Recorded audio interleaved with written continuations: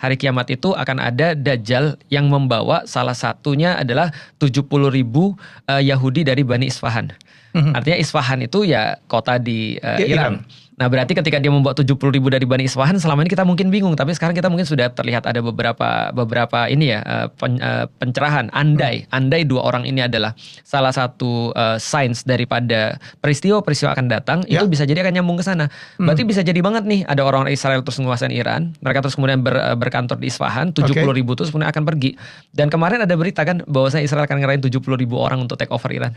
Nah itu aku pikir apa ini cocok logi atau bukan ya? Cocoklogi ya. Apalagi muncul ya. Anaknya Sareza udah mulai muncul. Up ya, udah muncul. Dan dia sudah pergi ke tembok ratapan kan. Karena kita harus ingat bahwa secara sejarah bukan Iran ya, tapi Persia itu punya kedekatan banget dengan Israel. Ya. Ayatullah meninggal. Ya. Dan juga baru saja kita dapat kabar Ahmadinejad ya juga baru saja meninggal gitu. Ya. Jadi segitunya gini. Jadi perang ini sebenarnya perang agama atau perang ideologi sih sebenarnya sih? Kalau ada tujuan lain? Kalau aku melihat tidak dari perang agama dulu ya. Sebenarnya karena keputusannya Trump itu juga dari awal semacam kayak bersesuaian dengan apa narasi yang dibangun sama Israel. Israel itu punya satu impian, dia mau jadi penguasa tunggal di daerah itu.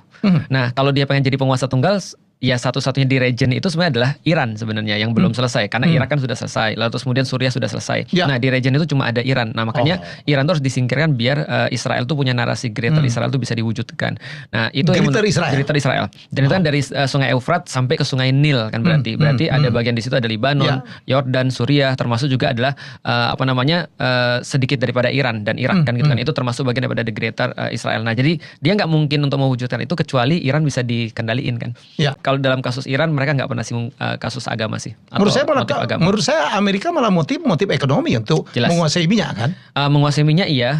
Juga semacam kayak selalu kan narasi yang selalu diulang-ulang sama Trump adalah kalau aku tidak melakukan ini maka mereka akan diambil oleh Cina. Senantiasa begitu kan, berarti dia takut banget sama Cina kan sebenarnya kan ya. Greenland misalnya. Kalau misalnya aku nggak ngambil Greenland, nanti Greenland diambil oleh Cina. Sama kayak Iran. Iran masalahnya sudah memang dalam pengaruhnya Cina juga sebenarnya. Nah artinya itu motif Trump adalah bukan hanya ekonomi tapi menurutku adalah Western expansion. Marco Rubio itu ketika dalam beberapa pidatonya terakhir-terakhir itu dia benar-benar menegaskan bahwasanya dia pro pada Western expansion atau dalam bahasa kita kolonialisme sebenarnya. Jadi dia bilang kolonialisme ini sempat terhenti kan ketika di zaman modern. Nah sehingga ketika ada blok timur dan blok barat berhentilah ekspansinya barat dan sekarang harus dilanjutkan menurut dia. Karena dia percaya pada semacam kayak apa ya? Pandangan dia sama menurutku ya sama Hitler itu hampir sama menurutku.